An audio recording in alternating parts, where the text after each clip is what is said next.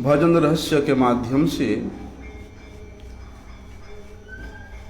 भजन के सुपथ को किस प्रकार से एक निष्कपट साधक अपने जीवन में आचरण कर सके, उसके विषय में श्रवण कर रहे हैं। विशेष रूप से देखा जाता है कि जो भजनशील व्यक्ति है, जो जितना अधिक हरिनाम करते हैं,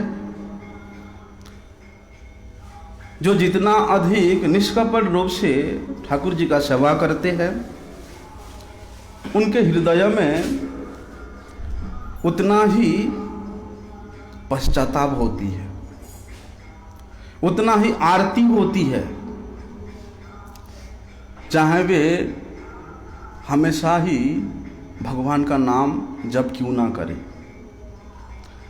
फिर भी उन्होंने अपने में हेयता ज्ञान होती है, अपने में कमी ज्ञान होती है। वही व्यक्ति जिन्होंने 24 घंटा में से 24 घंटा भगवान चिंतन में ही व्यतीत करता है, वो व्यक्ति क्या चिंता करता है कि हाय हाय संसार में, संसार के व्यक्ति वस्तुओं के प्रति आसक्ति होकर के चिंता करते करते मेरा आज का दिन वृथा चला गया। वो व्यक्ति कभी नहीं सोचता कि मैंने भजन करके भगवान को प्रसन्न कर लिया। दीनता आता है, नाम प्रभु के चरणों में वे प्रार्थना करता है कि भजन में मेरा मन नहीं लगता है। हे भगवान, किस प्रकार से मेरा उद्धार होगा? इसलिए आपके चरणों में मेरा यही निवेदन है कि कृष्ण तदीय पद पंकज पिंजरांते अद्यैवन विशतो मानस राजहंस प्राण प्रयाण समये कफवात पित्ते कंठावरोधन विधो भजनम कुरुस्ते। कि हे नाथ, आपके श्री चरणों में मेरा ये निवेदन है कि मेरे मन रूपी जो राजहंस है, वे आपके चरण कमल रूपी पिंजरे में हमेशा के लिए बद्ध हो जाए, हमेशा के लिए उस चरण कमल रूपी पिंजरे में बद्ध होकर के आपके चरण के सुधा का निरंतर पान करता रहे। मृत्यु के समय कफ हो, बाध हो, पित्त हो, कुछ भी हो, या कंठ अवरुद्ध ही क्यों ना हो जाए, इसे एक हाथ में माला पहनाना नहीं चाहिए, उसको रख दो। जय।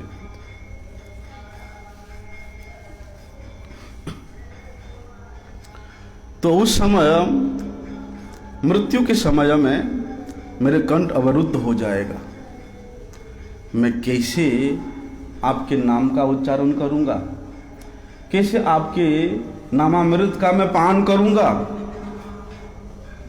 इसलिए अंतिम समय में आपका नाम मेरे जिह्वा पर अगर स्फुरित नहीं होगा, आपका चिंतन नहीं होगा, इन इंद्रियों से आपकी सेवा नहीं होगा, तो मैं कैसे सिद्धि प्राप्त कर सकता हूं, कैसे मैं आपको प्रसन्न कर सकता हूं, कैसे मैं आपको प्राप्त कर सकता हूं। इसलिए हे नाथ, आपके चरणों में मेरा यही प्रार्थना है कि आपके चिंतन करते करते, आपके नाम का उच्चारण करते करते मैं इस शरीर को त्यागूं। इसलिए भगवत गीता में भी भगवान इसी बात को बताते हैं। कौन सा श्लोक है? अंतकाले च मामेव स्मरन् उक्त्वा कलेवरम यह प्रजाति समद्भावन याति नास्त्यत्र संशय। क्या बोलते भगवान वहां पर? कहते हैं कि अंत काल में मेरा स्मरण करते हुए जो शरीर को छोड़ता है, इसका मतलब क्या है कि भगवान ने इसी जीवन में मनुष्य को भजन साधन करते करते अपना उद्धार करने का मौका दिया है, अवसर दिया है।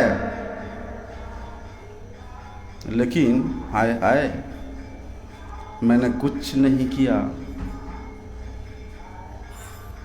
इसलिए अंत काल में दूसरा कोई साधन करने में मैं समर्थ नहीं हूं। या मनुष्य उस समय में, जिस समय कफवात पित्त, कफ वात पित्त से घिरा हुआ, कंठ अवरुद्ध हुआ उस मनुष्य क्या साधन करेगा? कुछ नहीं कर सकता है। इसलिए भगवान कहते हैं कि अंत काले च मामेव, कि चल तू सारा जीवन कुछ नहीं किया, कोई बात नहीं, लेकिन अंत काल में कम से कम मेरा तो स्मरण कर ले। इसलिए भगवान ने मनुष्य को यह छूट दिया है, सुयोग दिया है।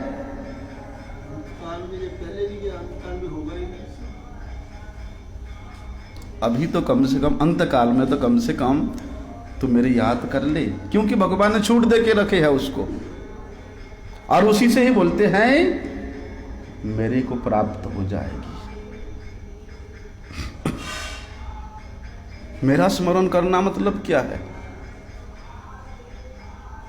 कि मेरे जिस रूप को, मेरे जिस स्वरूप को, मेरे कथा को, मेरे नाम को, मेरे लीला को, धाम को, परिकर को सुन करके या उसके बारे में जान करके उसका ही चिंतन करना। लेकिन वो कैसे होगा?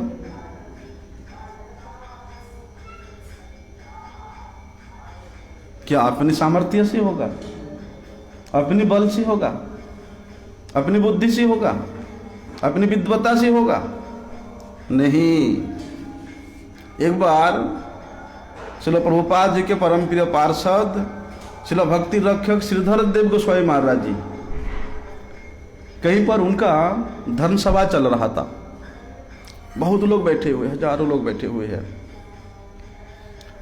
तो जिस समय कथा हुआ, उनका जितना समय था उनके समय के अभी अंतिम समय ही है प्रवचन का, उसी में उन्होंने बोला कि मनुष्य अपनी चेष्टा से भगवान को कभी भी प्राप्त नहीं कर सकता।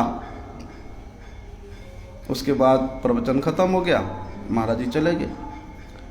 उसके बाद एक व्यक्ति आकर के महाराज जी से पूछता है, महाराज जी आपने बोला कि मनुष्य अपनी चेष्टा से, अपनी प्रयास से भगवान को कभी प्राप्त नहीं कर सकता, तो आप लोग सारा जीवन ये लाल कपड़ा पहन के सन्यासी होकर के मठ मंदिर में वास करके आपका प्रयास तो सारी व्यर्थ है, आपने जीवन व्यर्थ बिता दिया। तो महाराज जी कहते हैं कि तुमने अभी पूरी बात सुनी कहाँ? कल आना। कल जब धर्म सभा शुरू हुआ तब महाराज कहते हैं कि जीव केवल मात्र भगवत कृपा से ही भगवान को प्राप्त कर सकता है। जीव तो अपनी इच्छा से एक सांस नहीं ले सकता। जीव अपनी इच्छा से अपने स्वयं के शरीर को एक पग आगे नहीं बढ़ा सकता, तो वे स्वयं के प्रचेष्टा से भगवान को प्राप्त कर सकता है। केवल भगवत कृपा से ही भगवान को प्राप्त किया जा सकता है। इसलिए भगवान वहां कहते हैं कि वही व्यक्ति जिस स्वरूप को मानता है या जानता है या सुनता है, उस स्वरूप के बारे में अगर वे अंत काल में ही मेरा चिंतन करेगा तो उसी से ही उस व्यक्ति ने मुझे प्राप्त कर लेगा। मेरी स्मरण होने मात्र से ही उसको मेरी प्राप्ति हो जाएगी। लेकिन किस प्रकार से? मद भावम, कि जिस भाव से उसने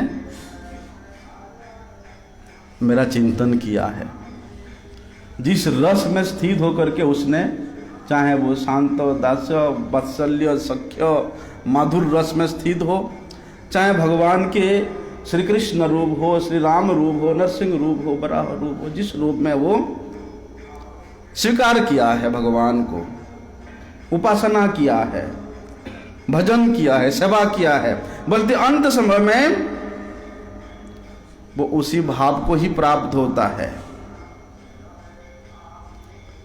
जो लोग भगवान का भजन करते हैं, सेवा करते हैं, जिन्होंने भगवान के लिए ही अपना सब कुछ दे दिया, जिस प्रकार से भगवान स्वयं इस बात को बताते हैं कि मयि अनन्य भावेन भक्तिम कुर्वन्ति ये दृढ़म् मत्कृतं त्यक्त कर्माणं त्यक्त स्वजन बांधवा मदा सजा कथा मृष्टा श्रुवन्ति कथयन्ति च।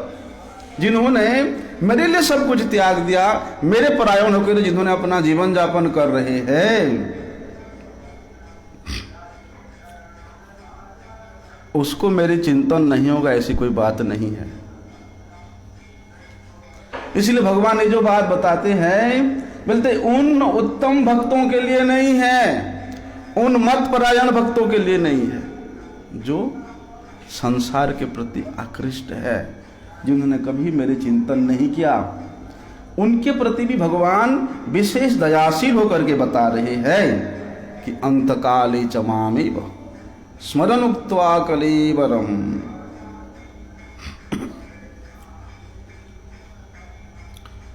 उनके लिए भगवान कहते हैं कि वही लोग भी जिन्होंने कभी मेरा भजन साधन नहीं किया, ये भी किसी संजोगवश, किसी सत्संग के फल स्वरूप, किसी महात्मा के दर्शन के फल स्वरूप, अगर मेरे नाम रूप गुण लीला परिकर ऐसे कि धाम तक भी अगर याद आ जाए, चिंतन आ जाए, तो वे व्यक्ति भी अंतिम काल में भगवत भाव को प्राप्त हो सकता है। इसलिए ऐसे ही जिसको अंतिम समय भगवान की याद आते हैं, आगे भगवान कहते हैं कि यम यम वापि स्मरण भावम त्यजति अन्ते कलेवरम। अगर मेरे भाव को लेकर के, मेरे चिंतन को लेकर के वे शरीर छोड़ता है, तो वे मुझे ही प्राप्त होता है।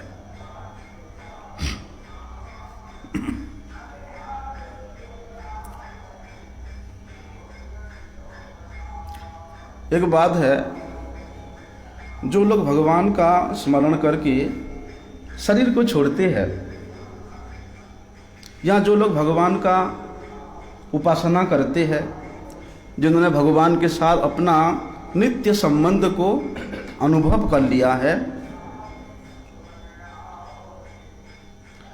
वो लोग तो भगवत भाव को प्राप्त होते ही है, भगवत चिंतन को वो लोग प्राप्त करते ही है। लेकिन जो लोग ये प्रकृति में रह करके प्रकृति जात गुणों के द्वारा आकृष्ट होते हैं, और वो गुणों के अंदर में रह करके वे इस गुणों से ही अपना सुख को, अपना दुख को, अपना शक्ति को, अपने सामर्थ्य को संचय करते हैं या प्राप्त करते हैं, तो उनका अवश्य ही उन गुणों के द्वारा जात जो भी व्यक्ति वस्तु है उनका ही याद आएगा। इसलिए भगवान ने वहां पर एक विशेष छूट दिया है कि उस अंतिम समय वाला व्यक्ति, उस मरणासन्न वाला व्यक्ति, चाहे कैसे भी आचरण किए हो अपने जीवन में, वो कैसे भी भाव में अपना जीवन व्यतीत किए हो, उसने किसी तरह से भी अपना जीवन जिया है, लेकिन वही व्यक्ति भी अंतकाल में अगर भगवान का याद कर ले तो उसका भी कल्याण हो जाता है। उसका भी कल्याण हो जाता है। क्योंकि जीवों के कल्याण के लिए ही भगवान जीव को इस मनुष्य शरीर दिया है। क्योंकि जितने भी जीव है सबसे श्रेष्ठ कौन है? मनुष्य है। और मनुष्य अपना कल्याण शीघ्र कर सकता है, क्योंकि उसके विवेक है, उसके बुद्धि है। इसलिए विशेष रूप से उस जीव को मनुष्य शरीर इसलिए भगवान दिया कि इसने इस मनुष्य तनु के द्वारा अपना कल्याण कर सके। लेकिन और मनुष्य भी, उस जीव भी इसलिए मनुष्य शरीर को ग्रहण किया कि वो अपना कल्याण कर सके। भगवान ने दिया कि जीव मेरे प्रदत्त इस शरीर को लेकर के, इस शरीर के माध्यम से अपना कल्याण करे। और जीव भी इसीलिए ग्रहण किया कि इसी शरीर के द्वारा मैं अपना कल्याण करूंगा।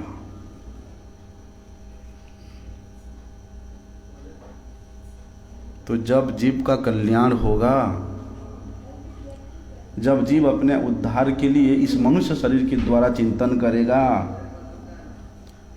तभी तो भगवान ने जिस शरीर दिया है वो सफल होगा। और जीव भी इस मनुष्य शरीर धारण करना तभी सफल होगा। लेकिन अगर वे अपना उद्धार किए बगैर, अपना कल्याण किए बगैर वे इस शरीर को छोड़ देता है, ये दुनिया से चला जाता है, तो भगवान कहते हैं भैया देख, कम से कम दोनों की इज्जत तो रख ले, दोनों की लाज तो रख ले। जाते जाते इतना करके जा कि मैंने तुमको ये संकल्प लेकर के दिया मनुष्य शरीर कि तू अपना कल्याण करेगा, और तूने भी इसलिए ग्रहण किया कि ठीक है भगवान मुझे मनुष्य शरीर दिया तो मैं अपना कल्याण करूंगा। लेकिन तूने कुछ किए बिना जा रहे हो, तो जाते जाते इतना तो करके जा कि अंत काले चमामेव, कम से कम जाते जाते मरते मरते अंत काल में मेरे को याद कर ले, मेरे नाम का कीर्तन कर ले, मेरे भक्तों का थोड़ा संग कर ले, उसी से ही तुम्हारा कल्याण हो जाएगा। इसलिए प्रत्येक मनुष्य के लिए हमेशा सावधान रहना चाहिए कि हमेशा भगवान का स्मरण जैसे आए। इसलिए गुरु जी बोलते हैं ना कि स्मर्तव्य सततम विष्णु विस्मर्तव्य न जातुचित, कि ये एक विधि नियम बना लो कि हमेशा भगवान को याद करना है, और ये निषेध बना लो कि भगवान को एक क्षण के लिए भी नहीं भूलना। इसलिए बड़ी सावधानी के साथ अपने जीवन को व्यतीत करना चाहिए कि भगवान का स्मरण कैसे जैसे हो जाए, विस्मरण ना हो जाए, कोई भी समय खाली ना चला जाए। क्योंकि कब अंतकाल आएगा, कब मृत्यु का समय आएगा, कुछ नहीं पता। वैसे तो हर पल हर क्षण ही हमारा अंतकाल है। प्रत्येक क्षण प्रत्येक पल मनुष्य मृत्यु की ओर अग्रसर हो रहा है। कोई गारंटी नहीं है कि इतना वर्ष बाद मरेगा, इतने महीनों बाद मरेगा, इतने दिन बाद मरेगा, इतने घंटा बाद मरेगा, कोई गारंटी नहीं है। मृत्यु की ओर मनुष्य हमेशा प्रत्येक क्षण चलते ही जा रहा है। इसीलिए स्मर्तव्य सततम विष्णु, हमेशा भगवान को याद करो, भगवान का चिंतन करो और अंत काल में उन भगवान का भी याद आ जाए।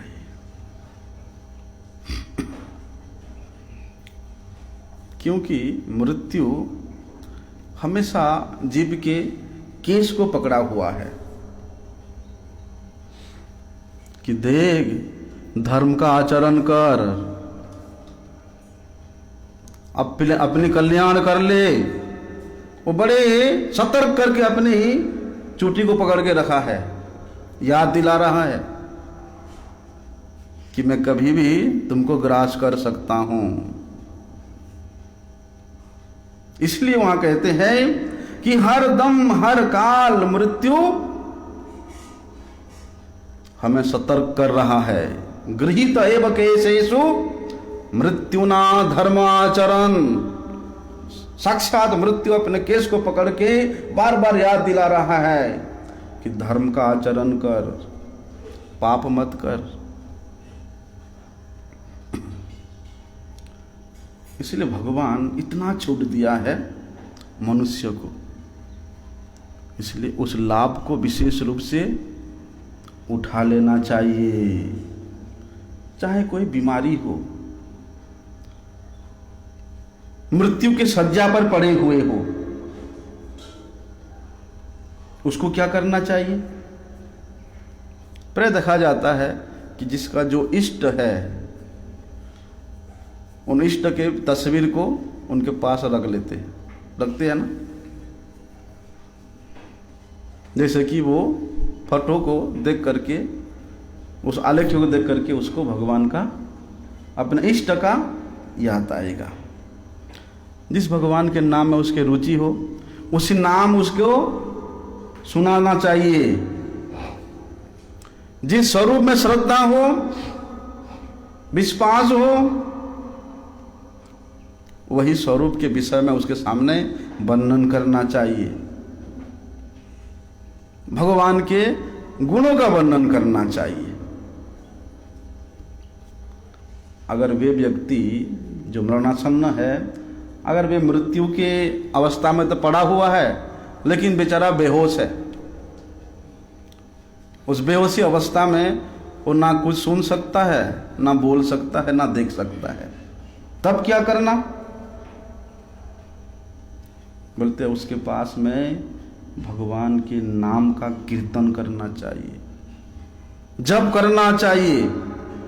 क्योंकि जिस स्थान में वे मृत्यु सज्जा पे पड़ा हुआ है, उस स्थान के वायुमंडल भी भगवत संबंधित हो जाए। क्योंकि जिस स्थान का वायुमंडल भगवत संबंधी होता है, उस वायुमंडल के आसपास यमराज के दूत नहीं आते हैं। अजामिल क्या हुआ? मृत्यु के समय अपने पुत्र का नाम लिया, नारायण नाम लिया। तो नारायण नाम उच्चारण करते ही विष्णुदूत वहां पहुंच गए और यमदूतों ने वापिस चले गए यमराज के पास। और यमराज के पास जाकर के सारी वृत्तांत सुनाते हैं।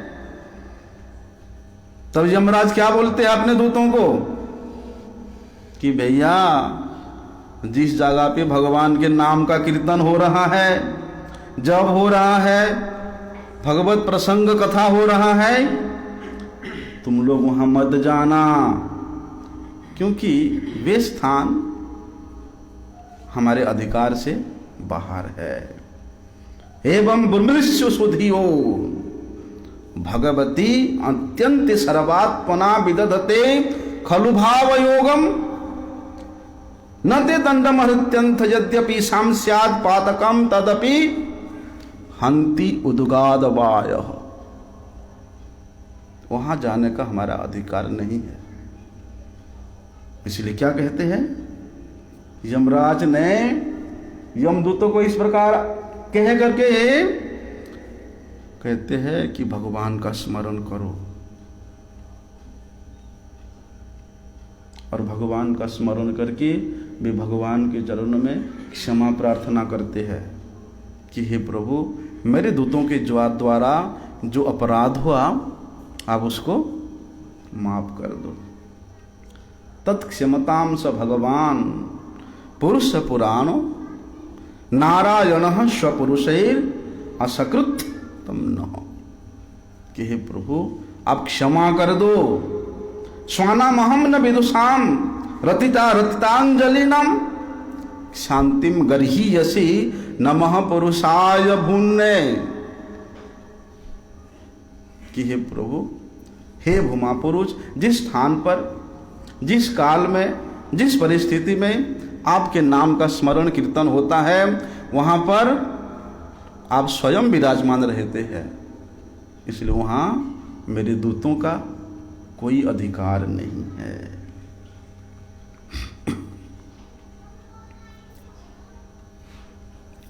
अगर वे व्यक्ति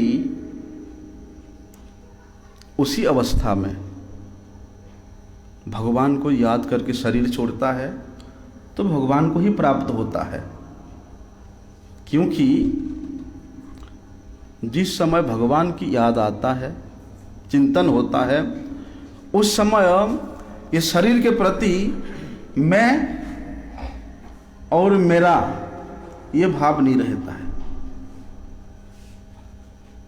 उस भगवत चिंतन में, उस समय में, उस तल्लीनता समय में, जिस समय आदमी शरीर छोड़ता है, विशेष रूप से उसी को तल्लीन होकर के बुलाता है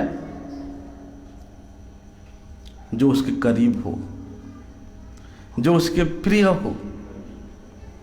लेकिन भगवान यहां पर इतना कृपा किए हैं कि उस अंत काल में जिसने कि कभी मेरा भजन साधन नहीं किया, मेरा स्मरण नहीं किया, अगर मृत्यु सज्जा के परे परे उस व्यक्ति किसी ना किसी संजोगवश मेरे नाम रूप गुण लीला परिकर धाम वैशिष्ट के बारे में संबंध में वो संबंधित होता है, तो वो संबंध को मैं इतना गहरा बना लेता हूं कि वो ऐसी अवस्था में व्यक्ति फिर अपना शरीर और शरीर संबंधी वस्तु को याद ना कर। अर्थात भगवत चिंतन होते ही वो शरीर में और मेरापन जो है अपने आप छूट जाता है। इसलिए ऐसी अवस्था में तो भगवान को प्राप्त होगा ही होगा, नहीं होने का कोई गुंजाइश। लेकिन एक बात है, जिस व्यक्ति ने सारा जीवन अन्याय किया, अत्याचार किया, कभी भगवान का भजन साधन नहीं किया, हमेशा भी भगवान से विमुख ही रहा, तो उस व्यक्ति को भला भगवान का स्मरण कैसे आ जाएगा, कैसे उसका कल्याण होगा। मैं जब शुरू मठ में आया तब रोज श्रीमद् भगवत गीता को संपूर्ण पाठ करता था और गुरु जी की कृपा से मुखस्थ था गीता श्लोक। जब ये वाला श्लोक आया तब मैं एक दिन परम पूज्य पाशल भक्ति विज्ञान भारती गोस्वामी महाराज जी से पूछा, महाराज जी इसमें तो ऐसा लिखा है कि अंत काल में जो मेरा स्मरण करेगा वो मुझे ही प्राप्त होगा, इसलिए हम लोग सारा जीवन क्यों मठवासी बने, क्यों ब्रह्मचारी सन्यासी बने, आराम से अपने घर में विवाह आदि कर करके, नौकरी वगैरह कर करके अंतिम समय मृत्यु के समय में स्मरण कर लेंगे भगवान को। और भगवान का वचन है, भगवान तो कभी झूठ बोलेंगे नहीं। तो महाराज जी कहते हैं कि जिस समय ये शरीर से प्राण निकलता है उस समय 1,00,000 बिच्छू एक साथ शरीर को काटने से जितना कष्ट होता है, शरीर से प्राण निकलते वक्त उतना ही कष्ट होता है। और शास्त्र में तो बताया है कि जीव जन्म लेते समय भी और मृत्यु के समय भी इतना ही कष्ट प्राप्त होता है। तो इतनी कष्ट में एक छोटा सा चींटी काटने से हमेशा तो याद, वो माँ ऐसे याद आता है, हैं? यहाँ संसार में कोई भी अपना हो उसकी याद आता है। और 1 लाख बिच्छू एक साथ काटें तो क्या हाल होगा? जो सबसे प्रिय है, सबसे करीब है, उसका ही याद आएगा। इसलिए भगवान का याद उसी समय आ जाए, इसलिए सारा जीवन हम लोग अभ्यास कर रहे हैं।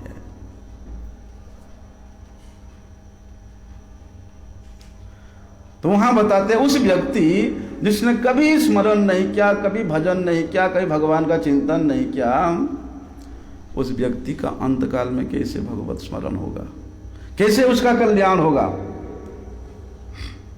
इसका एक ही समाधान है कि केवल मात्र भगवत कृपा, भगवान के कृपा से हो जाए, या किसी वैष्णव का, किसी संत का दर्शन हो जाए तो उसका भगवत स्मरण हो जाएगा, तभी उसका कल्याण हो जाता है। इसलिए या उसके कल्याण के लिए कोई संत, कोई वैष्णव भगवान के नाम, रूप, गुण के विषय में उसको कुछ स्मरण करा दे, लेकिन वो भी संत होना चाहिए, वो भी वैष्णव होना चाहिए, स्मरण करा दे, उसी से ही उसका कल्याण हो जाएगा। और बताते हैं ना, जो मृत्यु के शज्या पर पड़ा हुआ है उस व्यक्ति को श्रीमद् भगवद गीता के 8वां अध्याय पाठ करके सुनाना चाहिए, क्योंकि 8वां अध्याय में विशेष रूप से इसी विषय में ही वर्णन है। पढ़ा आपने? नहीं पढ़ना अच्छा करके। विशेष रूप से सद्गति, जीव किस प्रकार से सद्गति को प्राप्त होगा उसके बारे में 8वां अध्याय में वर्णन हुआ है। और जीव तो भगवान का अंश है, आत्मा परमात्मा का अंश है, तो अंश होने के कारण भगवान के साथ उनका एक स्वतः सिद्ध नित्य संबंध है। इसलिए उस संबंध को कोई सुना दे, कोई संत सुना दे, अरे तुम तो भगवान के दास हो, भगवान के पुत्र हो, अमृतस्य पुत्रा, और तुम संसार में मृत्यु के समय भी ये सारी चिंता कर रहे हो।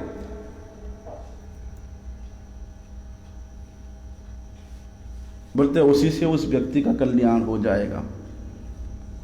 ऐसा आता है कि भगवत धाम में मथुरा, वृंदावन, अयोध्या, काशी, हरिद्वार, इन तीर्थ स्थलों में भी अगर प्राण छूट जाता है तो तीर्थ के प्रभाव से भी उस व्यक्ति का भगवत स्मृति आ जाता है।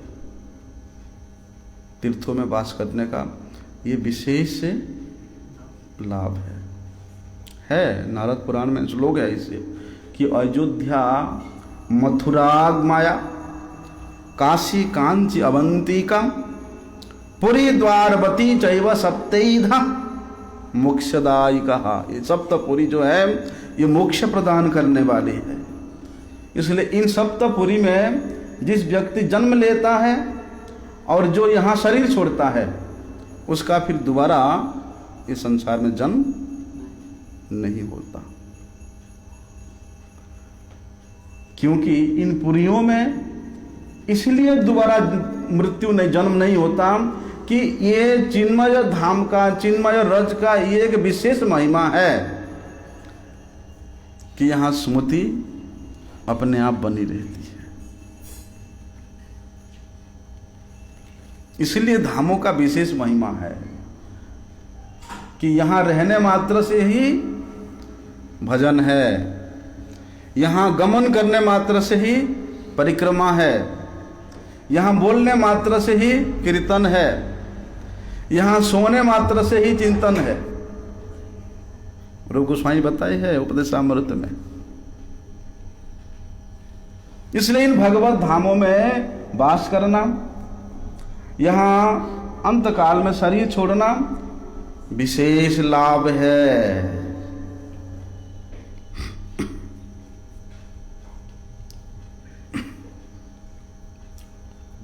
क्योंकि यहाँ के जो वायुमंडल है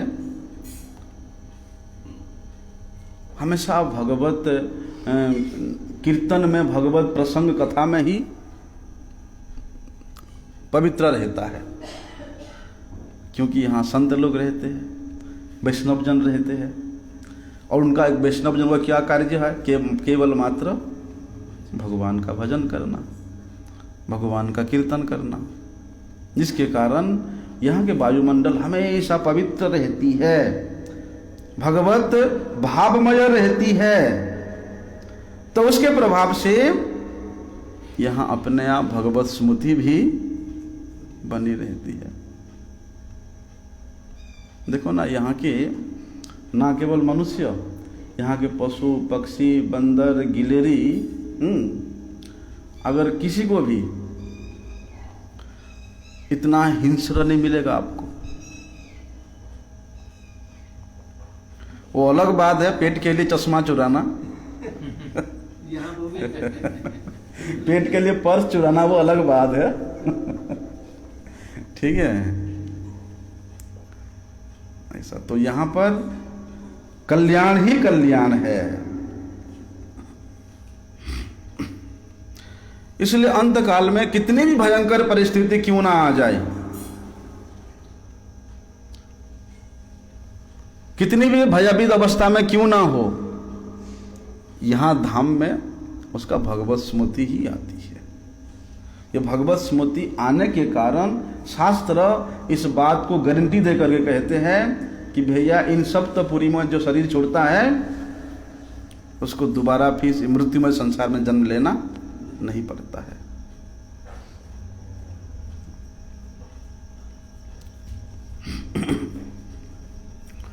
इसलिए वहां पर कहते हैं कि शरीर छोड़ते समय प्राण प्रयाण समझे कफवात तपिते, कि हे नाथ शरीर छोड़ते समय शरीर के प्रति, कुटुंब के प्रति, परिवारीजनों के प्रति, जो वस्तु मुझे सुख दिए है उन वस्तुओं के प्रति मेरा आसक्ति छूट जाए, उनके प्रति मेरा ममता छूट जाए और हमेशा भगवान की ही स्मृति बनी रहे। ऐसे भगवान के पास प्रार्थना करना चाहिए। एक बार क्या हुआ, एक व्यक्ति, एक सज्जन गंगा जी गए,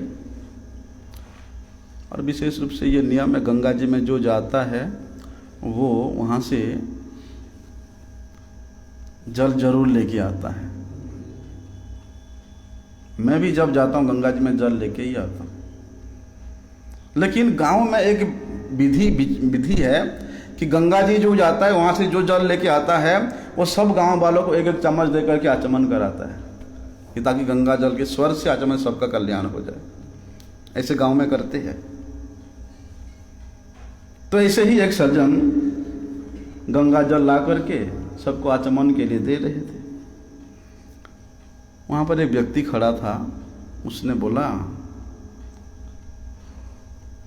कि मैंने तो बहुत पाप किया है, मैंने जीवन में इतना पाप किया है कि आपके ये एक दो चम्मच गंगा जल से मेरा पाप कटने वाला नहीं है, यहां पाप नहीं कटेगा, फिर मेरे कल्याण कैसे होगा? तो उसने पूछा ठीक है तुम बताओ कितना चाहिए तुमको जल?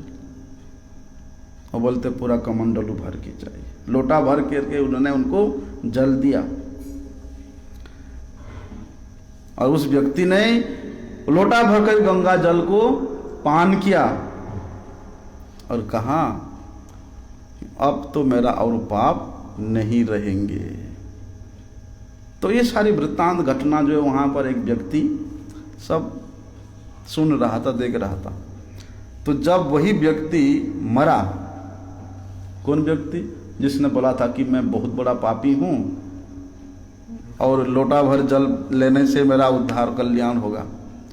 तो जिसने ये सारी बातों को सुन रहा था, तो उस व्यक्ति के मृत्यु के समय भी वही व्यक्ति वहीं पर था। उसने देखा कि उस व्यक्ति के प्राण उसके 10वें द्वार को, ब्रह्मरंध्र को फोड़ करके निकल गया। कल्याण हुआ कि नहीं उसका? किसी ना किसी माध्यम से, क्योंकि गंगा की याद आया, और गंगा स्वयं भगवत पाद प्रसूतापि, भगवान के श्री चरण कमलों से निकली हुई है। तो भगवान के चरणों का याद आते ही उस व्यक्ति का, या भगवान के पाद प्रसूता उस गंगा जी के पान करते ही उसका कल्याण हुआ। इसीलिए भगवान के नाम का जिन्होंने जप करते हैं, चिंतन करते हैं, कीर्तन करते हैं, उनका कल्याण नहीं होगा, इसमें कोई संदेह नहीं है। कल्याण ही होता है। अरे शास्त्र में तो यहां तक बताया, जो संत लोग होते हैं, वैष्णव जन होते हैं, बोलते ऐसे कोई संत महापुरुष के प्रभाव से अगर वही संत महापुरुष किसी मरणासन्न व्यक्ति को देख ले, मृत्यु के शज्जा पर पड़ा हुआ है, कोई संत वैष्णव उसको देख ले, या मरने के बाद उसके मृत शरीर को, उसके मुर्दे को देख ले, या उसके चीते को देख ले, और चीते को जलते हुए उसके भस्म को देख ले, बोलते उसी से उस व्यक्ति का कल्याण हो जाता है।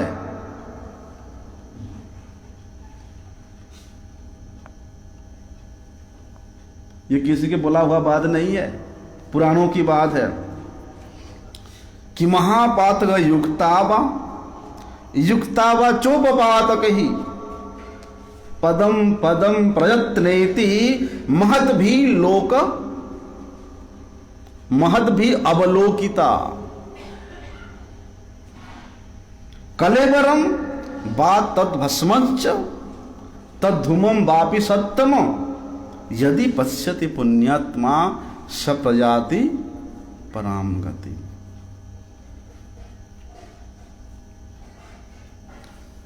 तो जिन भगवान के दासों का इतना पराक्रम है, जिन भगवान के भक्तों का इतना पराक्रम है कि उनके दृष्टि मात्र से ही उस जीव का कल्याण हो जाता है, अगर वो व्यक्ति भगवान के नाम कीर्तन करता है, स्मरण करता है, चिंतन करता है, भगवान की सेवा करता है, तो उसका कल्याण कभी हो सकता है?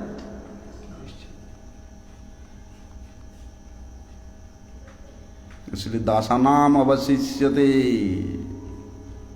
बोलने का मतलब ये है कि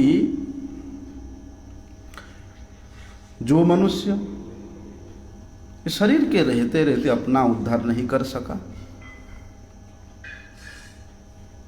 वही यदि अंतकाल में भगवान का स्मरण करता हुआ शरीर को छोड़ता है, तो वे भी भगवान को ही प्राप्त हो जाता है। इसमें कोई संदेह नहीं है, ये भगवान की वाणी है।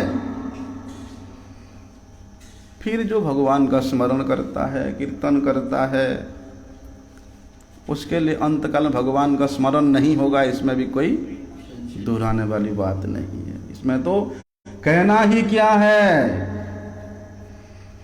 इसलिए भगवान ने मनुष्य को अपने कल्याण के लिए, अपने उद्धार के लिए ये स्वतंत्रता दिया है, ये छूट दिया है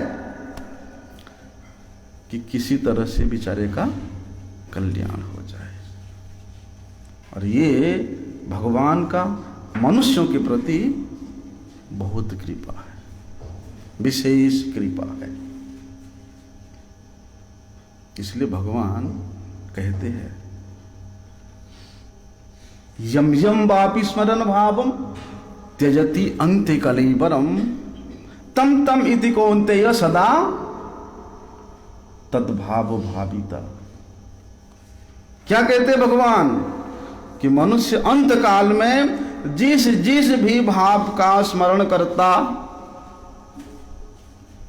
ये शरीर छोड़ता है, उस अंत काल में, अर्थात उस अंत काल के भाव के अनुसार, या अंत काल में जिस भाव में वो भावित है उसी भाव के अनुसार उसको ही दूसरे शरीर, दूसरे जोनि में शरीर प्राप्त होता है। इसमें अभी कोई भगवान का कम दया नहीं है। भगवान के इस वचन में भी जीवों के प्रति विलक्षण दया है।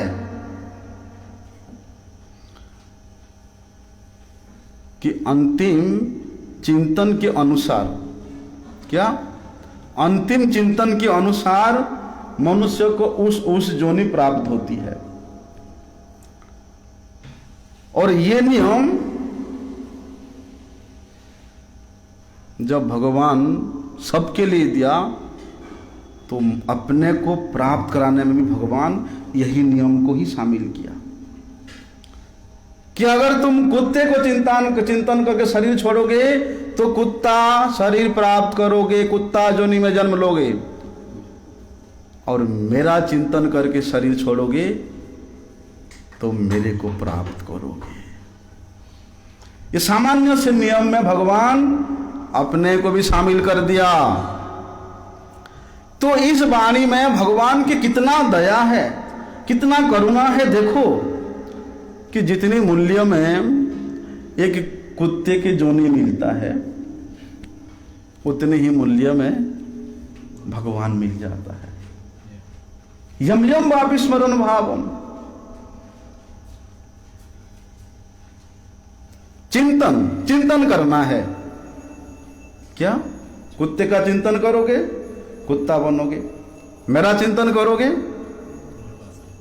मेरे पास आओगे, मुझे प्राप्त करोगे। इसलिए बोलते तद्भाव भाविता, सदा सदा तद्भाव भाविता, कि अंत काल में जिस भाव का, जिस किसी का भी चिंतन करोगे शरीर छोड़ने के बाद जीव बोलते उसी चिंतन के अनुसार शरीर प्राप्त करता है। लेकिन शरीर छोड़ने के बाद जीव साथ साथ किसी शरीर नहीं प्राप्त कर लेता है। तो इसी समय अवधि में जब तक उसने दूसरा शरीर धारण कर नहीं लेता तब तक वे उसी भाव में भावित रहता है।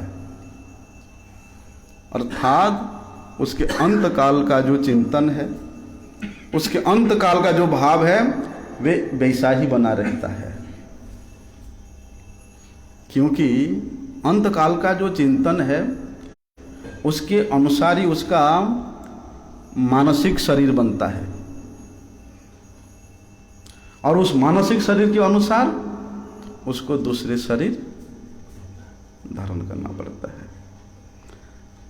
तो जिस व्यक्ति का, जिस वस्तु का, जिस जीव का उसने मन में चिंता किया है वही मानसिक शरीर बन जाता है। इसलिए वहां कहते हैं कि अंतकाल के चिंतन को बदलने के लिए वो उस अवधि में कोई मौका नहीं मिलता कि भाई तुमने जो शरीर छोड़ा है, जो चिंतन कर शरीर छोड़ा है, तुमको वही मिलेगा। लेकिन इसी अवधि में जैसे जीव जब माँ के गर्भ में होता है तो माँ के गर्भ में उसको इतना कष्ट होता है कि वो भगवान से प्रार्थना करता है कि हे भगवान मुझे यहाँ से जल्दी निकालो, यहाँ से निकलते ही मैं आपका ही भजन करूँगा, मैं आपका ही भक्त बनूँगा, आपका ही सेवा करूँगा। वो माँ के गर्भ में कष्ट पाता हुआ जीव ऐसे भगवान से प्रार्थना करता है। लेकिन जैसे ही वे माँ के गर्भ से बाहर आता है, प्रकृति का स्पर्श करता है, भूल जाता है, ना बोल पाता, ना सोच पाता। बोलते उसी प्रकार शरीर छोड़ने के बाद इसी अवधि में जब तक भी दूसरा शरीर धारण ना कर ले तब तक उसको मौका नहीं मिलता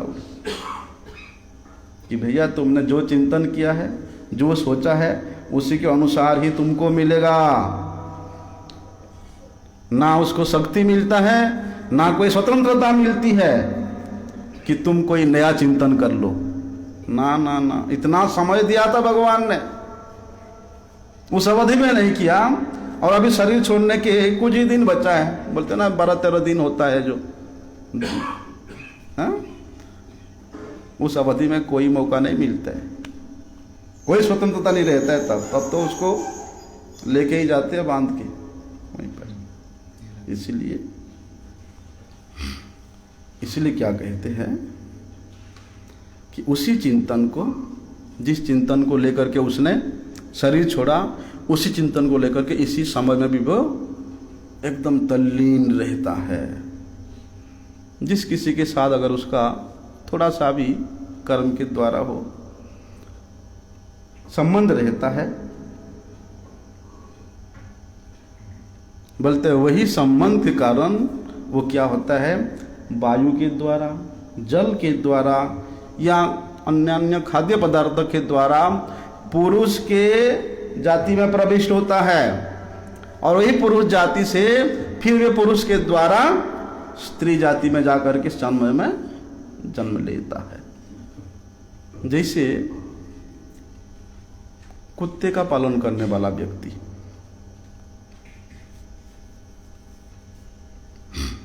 कुत्ते का पालन करने वाला व्यक्ति का क्या होता है,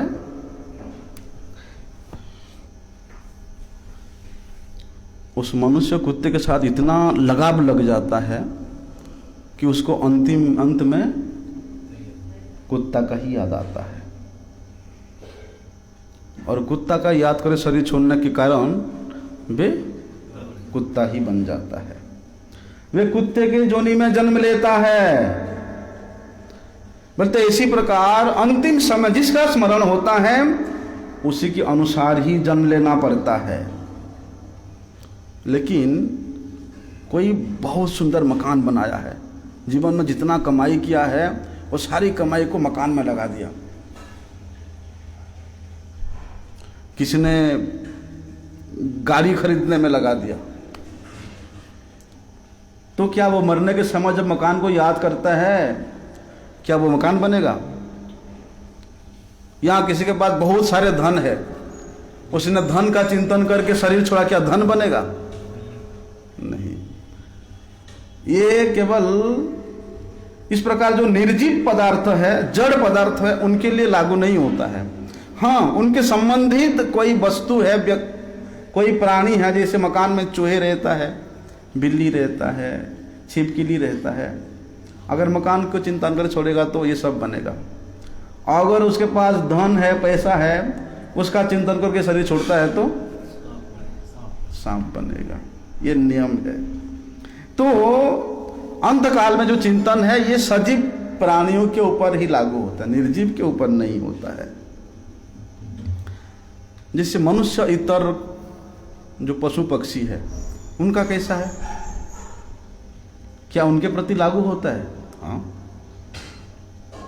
पशु पक्षी अन्य जीवों के प्रति भी यही नियम लागू होता है कि उन मनुष्य इतर जो प्राणी है उनका चिंतन अंतकाल में किस प्रकार से होता है? कर्म के अनुसार होता है। कर्म के अनुसार उनके अंतकाल का स्मरण होता है और उसी के अनुसार उनको फिर आगे का शरीर मिलता है, अगला जन्म होता है। तो ये अंतकाल का स्मरण वाला जो कानून है ये सब जीवों में लागू होता है, केवल मनुष्य के लिए है ऐसा नहीं, सब जीवों में लागू होता है। परंतु मनुष्य शरीर का एक विशेषता ये है कि उसका अंतकाल का स्मरण कर्मों के अनुसार नहीं होता। मनुष्य शरीर का विशेषता ये है कि उसका अंतकाल का समय कर्मों के अनुसार नहीं होता है, वरन उसके पुरुषार्थ के अनुसार होता है। क्योंकि पुरुषार्थ प्राप्त करने में भगवान ने उसको स्वतंत्रता दिया है, इसलिए इस पुरुषार्थ के अनुसार उसको चिंतन करने का सुयोग मिलता है और उसी के अनुसार उसको अन्य जोनियों में जन्म लेता है। इसी के कारण तो दूसरे जोनियों की अपेक्षा मनुष्य शरीर को, मनुष्य जोनि को श्रेष्ठ समझा, श्रेष्ठ के रूप में वर्णन किया है। इसलिए इस मनुष्य शरीर में संबंध जो है, संबंध स्थापन करने के लिए भी भगवान ने स्वतंत्रता दिया है। जिससे संबंध जुड़ लेता है उस संबंध के अनुसार उसको जोनियों की प्राप्ति होती है, संबंध के अनुसार उसको जोनियों में जन्म लेना पड़ता है। लेकिन अंतकाल में वही अगर भगवान का स्मरण करता है तो उसके वो जो संबंध है, उस संबंध सब छूट जाता है और भगवान के साथ संबंध उसका पक्का हो जाता है। क्योंकि भगवत संबंध ये वास्तविक संबंध है। जगत में बनाया हुआ ये तो बनाया हुआ संबंध है, ये मेरी माता है, पिता है, भाई है, बहन है, ये है, वो है, ये तो बनाया हुआ है, वास्तविक तो नहीं है। लेकिन मैं भगवान का अंश हूं, भगवान का दास हूं, ये संबंध तो स्वतः सिद्ध संबंध है, नित्य संबंध है, ये बनाया हुआ नहीं है। इसलिए भगवान की याद करने से बाकी जितने बनाया हुआ संबंध है सब छूट जाता है। इसलिए ऐसी अवस्था में भक्त भगवान से यही प्रार्थना करता है कि हे नाथ, तदीय पद पंकज पिंजरांते मध्यैव में विशतु मानसराज हंस प्राण प्रयाण समय कफवात पित्ते कंठावरोधन विधो भजताम कुरुते। इतनी कृपा करो प्रभु कि मृत्यु के समय में, अंतिम समय में आपके नामों का मैं कीर्तन कर सकूं, आपके श्री रूप का मैं चिंतन कर सकूं, इतना कृपा करो। आगे का भी सकल श्रवण करेंगे। वंशा कल्पतरुभ्यश्च कृपा सिन्धुभ्यैव च पतितानां पावनेभ्यो वैष्णवेभ्यो नमो।